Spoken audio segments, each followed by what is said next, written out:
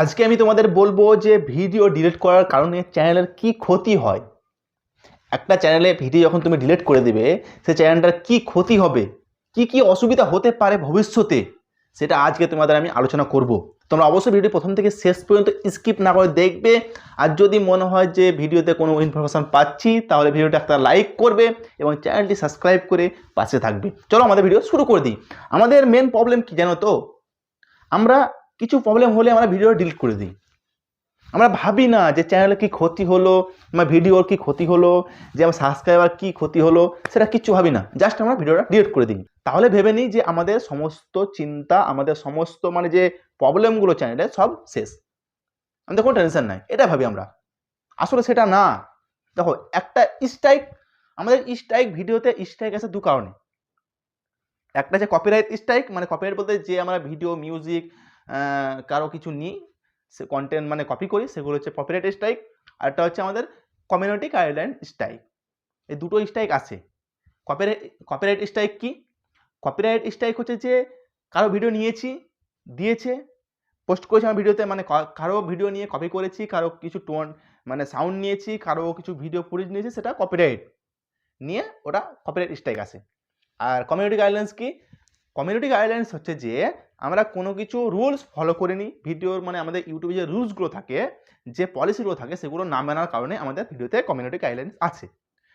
তাহলে যে যে স্ট্রাইকগুলো কপিরাইট স্ট্রাইক আছে, সেগুলো হচ্ছে যে তোমার আসা মাত্র যে স্ট্রাইকগুলো আসে, সেগুলো কি হয়, যে ভিডিওতে আসে সেই ভিডিওটা অটোমেটিক ডিলিট হয়ে যায় এবং সে স্ট্রাইকটা 90 দিন চ্যানেলে পড়ে থাকে। আর কমিউনিটি গাইডলাইন্স হচ্ছে যে যে স্ট্রাইকটা আসে তোমার চ্যানেলে, ভিডিওটা সঙ্গে সঙ্গে তোমার অডিয়েন্সের কাছ থেকে উড়ে যায়, ওরা দেখতে পাবে না, জাস্ট তুমি দেখতে পাবে 7 দিন।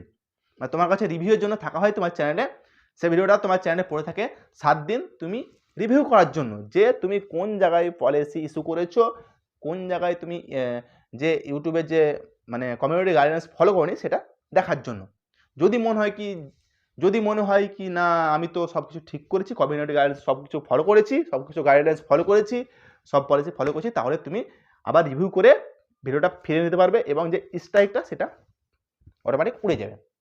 আর যদি তোমার মনে হয় যে না, আমার সত্যি ভিডিওতে কিছু কমিউনিটি গাইডলাইন্স ফলো করিনি, তার কারণে স্ট্রাইকটা দিয়েছে, তাহলে সেই ভিডিওটা 7 দিন পর্যন্ত তোমার চ্যানেলে থাকবে, নিয়ে তারপর ভিডিওটা অটোমেটিক ইউটিউবে ডিলিট করে দেবে। আমরা কি করি? আমরা করি যে যখন কমিউনিটি গাইডলাইন্স আমাদের চ্যানেলে আসে, তখন আমরা ভিডিওটা টুক করে ডিলিট করে দিই, তাহলে ভেবে নিই যে আমাদের চ্যানেলে আর কমিউনিটি গাইডলাইন্সের স্ট্রাইকটা উড়ে যাবে। কিন্তু সেটা না। একটা স্ট্রাইক থাকে, 90 দিন টাইম থাকে। কিন্তু যদি তুমি সেই ভিডিওটা ডিলিট করে দাও, যে ভিডিওটার কারণে তোমার চ্যানেলে স্ট্রাইক এসছে, সেই ভিডিওটা যদি তুমি ডিলিট করে দাও, তাহলে তোমার চ্যানেলটা চ্যানেলে স্ট্রাইকটা পড়ে থাকবে, ও উড়ে যাবে না।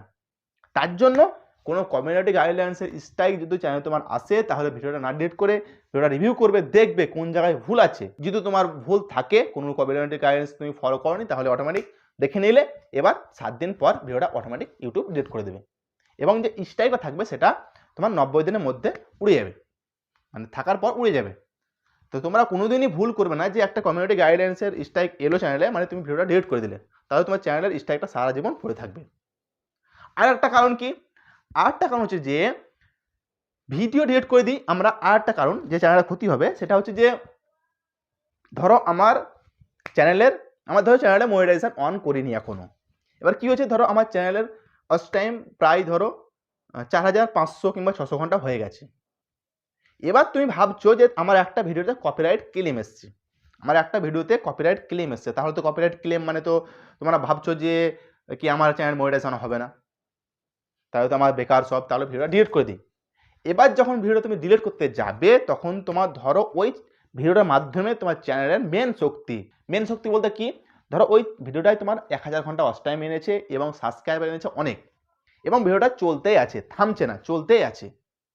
একটা ভিডিও যখন চলে, আজকে যদি তোমার কোনো ভিডিও আমি দেখিনি, আজকে যদি ধরো তোমার কোনো ভিডিও আমি দেখি, তাহলে পরের দিন তোমার যে পুরনো ভিডিওগুলো আছে সেগুলো আমার ব্রাউজ ফিচার্সে শো করবে।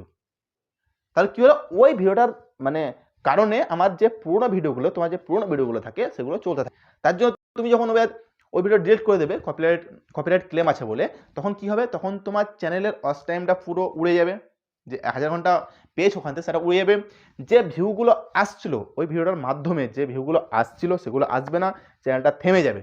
দেখো কপিরাইট ক্লেম এমন কোনো ব্যাপার না। কপিরাইট ক্লেম হচ্ছে যে তুমি কারো কিছু মিউজিক নিয়েছো, কারো সাউন্ড নিয়েছো, ওটা কপিরাইট ক্লেম। এতে কি হয় যে রেভিনিউটা শেয়ার হয়, ও পায়, শেয়ার হয়ে যায়, পুরোপুরি না কিছু অংশ শেয়ার হয়ে যায়। তার জন্য কপিরাইট ক্লেমের জন্য ঘাবড়ানোর দরকার নাই। দেখো ভিডিও তুমি ডিলিট করো, আনলিস্টেড করো, প্রাইভেট করো, সব ক্ষেত্রে সমান।